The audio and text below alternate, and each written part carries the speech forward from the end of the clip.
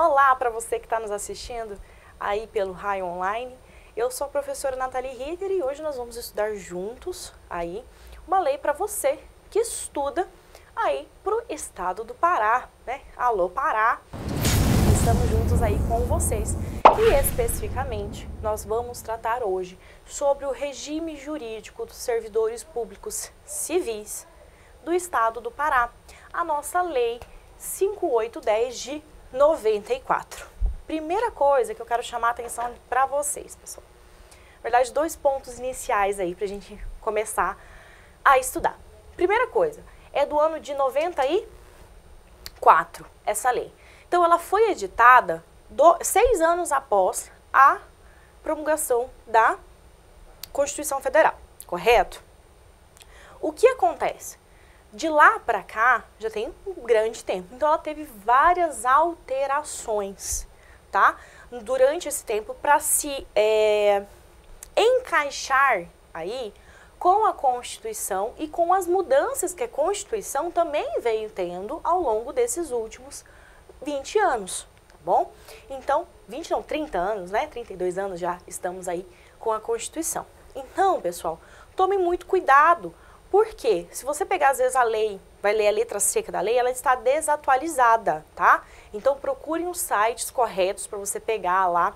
Pega pelo próprio Poder Legislativo do Estado do Pará, tá? Para pegar a lei atualizadinha, com todas as alterações. Tivemos alterações em 2019, então são alterações mais recentes. Então, tomar cuidado aí com essas mudanças, tá bom? Primeira coisa. Você vai ler a letra seca da lei. Você precisa ler o regime jurídico pelo menos uma vez ela seco, tá? E aí você assiste a aula e complementa aí com a aula o seu conteúdo aí, o seu estudo dessa lei. Outra coisa, vocês vão ver que muitas coisas que estão na lei, aliás, faltam aí na lei alguns conceitos, algumas informações que você vai ter que ter estudado em agentes públicos, tá bom? Então, tá aí no seu edital o tópico de agentes públicos, estude a parte de agentes públicos que nós estudamos juntos também, tá? Porque isso vai te dar base, conhecimento o suficiente para você estudar um regime jurídico, porque esse regime jurídico trata dos servidores públicos. Como você vai estudar um regime jurídico que trata dos servidores públicos se você não sabe quem são os servidores públicos? Para você saber quem são os servidores públicos, você tem que estudar a matéria de agentes públicos, tá bom? Então, vamos lá. Primeira coisa que eu quero chamar a atenção, então, a gente conseguiu aí matar essas duas questões.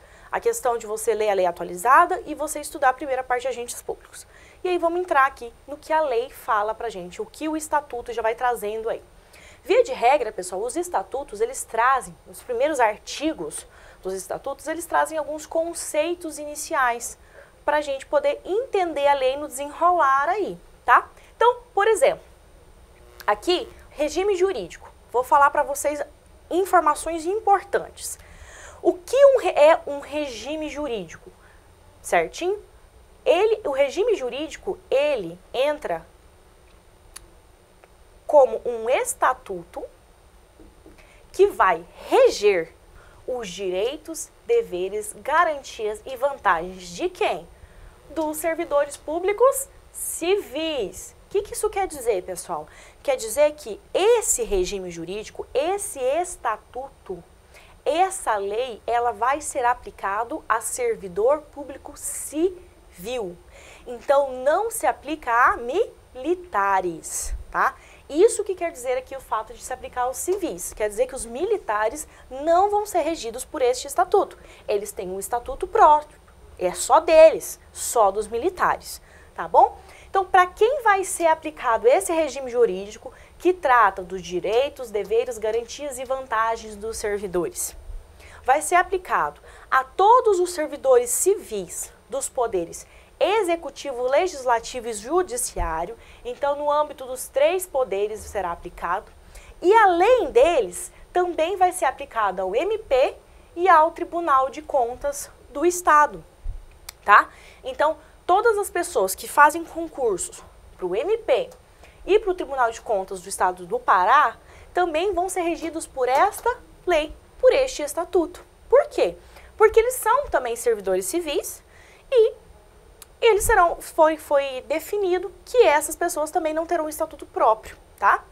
Então, qualquer servidor do Poder Executivo, Legislativo e Judiciário, os servidores do MP e os servidores do Tribunal de Contas. É ali que se aplica, tá? É para essas pessoas que vai ser aplicado esse regime jurídico, beleza? E essas pessoas vão ter lá nesse regime jurídico, nesse estatuto, vai contar o que eu tenho de direito, mas também o que eu tenho de dever.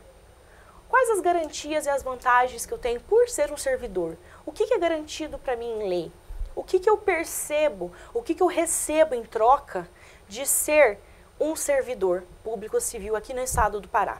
É isso que vai trazer. Aí, quando a gente entra aqui na parte dos deveres, ó, pessoal, a gente vai estar falando, por exemplo, das transgressões disciplinares, tá? Como você vai ser punido caso você cometa uma transgressão disciplinar. Tudo isso vai estar aqui nessa lei, tá? Então, quem não se aplica? Aos militares. Aí, lá no artigo 1º dessa nossa lei, também tem alguns conceitos, como, por exemplo, ele traz o conceito de quem é considerado esse servidor. Porque eu falei que se aplica aos servidores públicos civis do estado do Pará. Mas quem é o servidor para essa lei? Para essa lei, o servidor é uma pessoa legalmente investida em um cargo público, tá? É uma pessoa que ela tem um vínculo, ela teve uma investidura, uma vinculação a um cargo público, tá? Ela foi vinculada a este cargo público de forma legal, conforme a legalidade dispõe. Beleza? Professora, servidor público quer dizer que vai ser servidor somente efetivo, somente concursado? Não. Porque servidor público nós temos também, por exemplo, os temporários, tá? Então tomem muito cuidado aí, não quer dizer que não poderá ter aí a reger servidores que são comissionados, os temporários, tá bom? Então toma muito cuidado com relação a essas distinções, tá?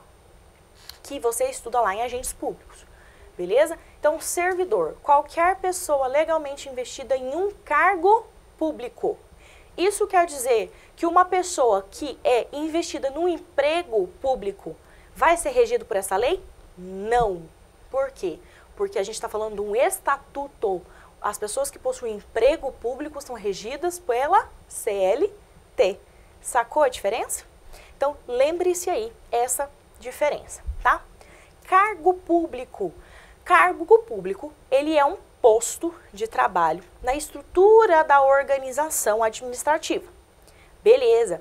Esse posto de trabalho, ele será criado por lei. Essa informação é muito importante. Cargo público somente pode ser criado por meio de lei, tá? Ele terá a sua denominação própria. Então, por exemplo, escrivão de polícia, investigador de polícia, delegado de polícia, tá? É o nome próprio daquele cargo. O quantitativo de vagas na estrutura, então vamos supor, quantas vagas nós temos para ingresso inicial de carreira para escrivão de polícia? 400. É o quantitativo. A lei vai dizer, olha, administração, você só pode ter no máximo 400 escrivães iniciais de carreira aqui na Polícia Civil. É isso que denomina o nosso quantitativo. Vencimentos certos. O que é um vencimento certo? A lei vai dizer, o cargo de escrivão ganha tanto inicial.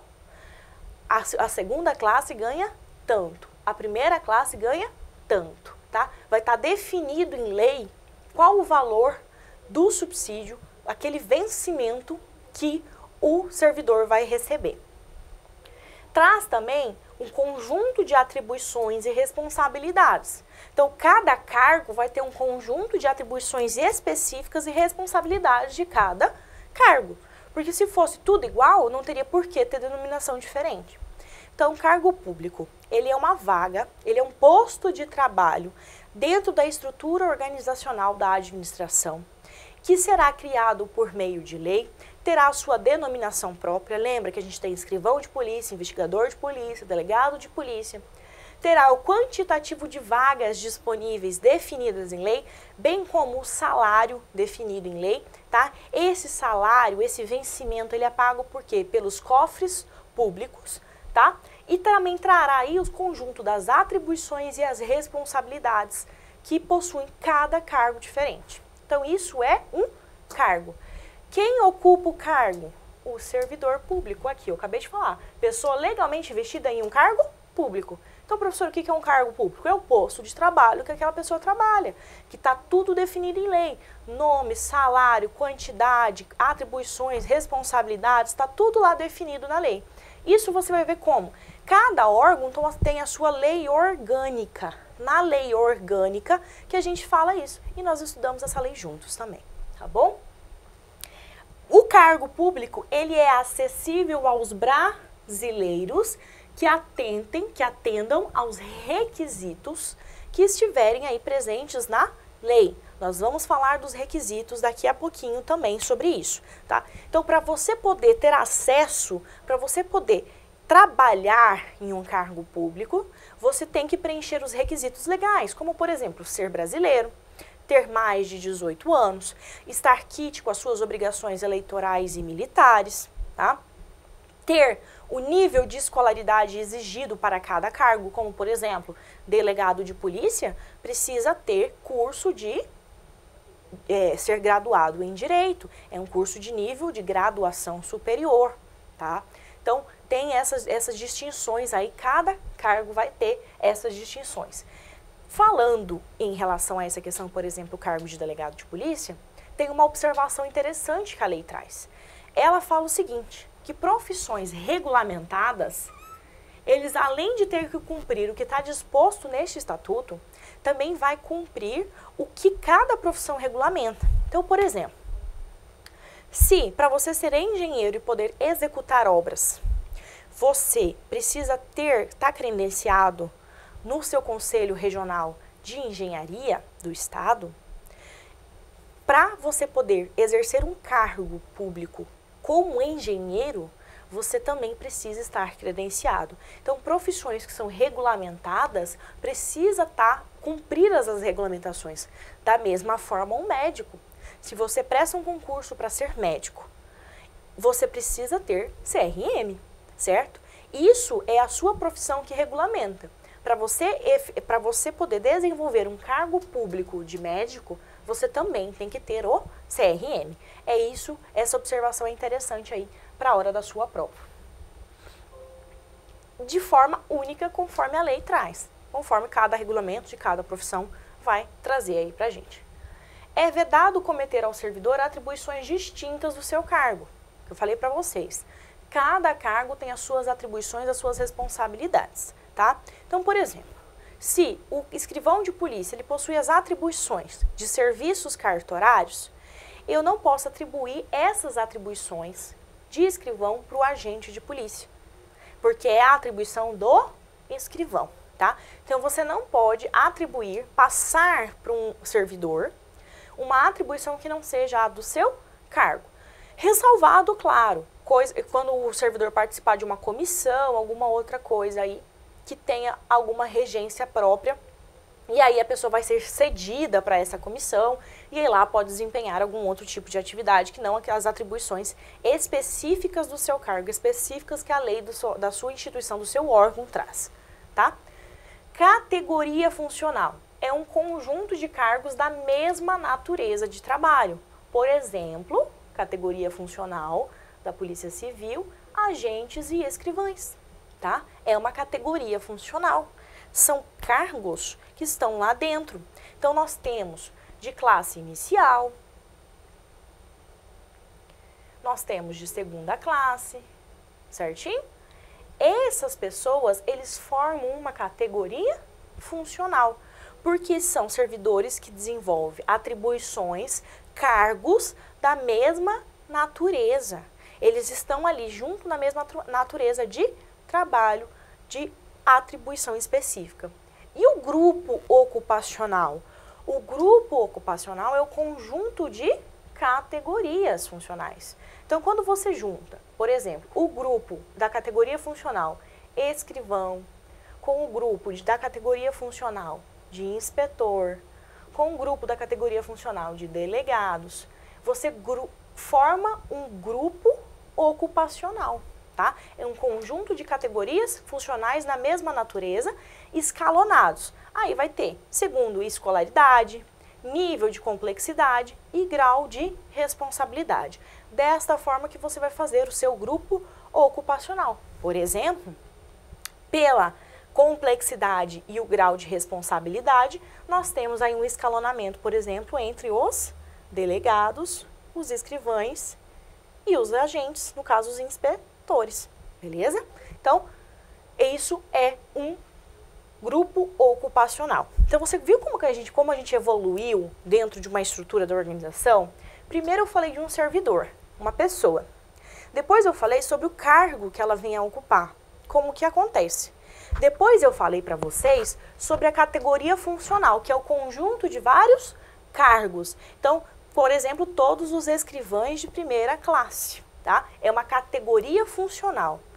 E aí nós temos os grupos ocupacionais, que é quando você junta os escrivães, os delegados, os inspetores, que têm a mesma natureza de trabalho, mas que tem um grau de complexidade, um escalonamento entre eles pelo grau de complexidade de cada cargo, responsabilidade, nível superior, etc.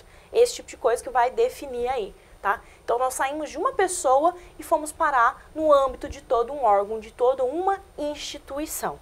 Isso tudo, pessoal, está disposto aonde? No primeiro artigo da Lei 5810 de 94. Lá, nós temos esses conceitos iniciais e essas informações de como se dá o primeiro escalonamento, tá bom? Com relação às atribuições, eu quero lembrar para vocês, a gente vai fazer uma distinção rapidinho, antes de nós entrarmos aqui no próximo tópico, porque esse aqui vai mais aprofundar.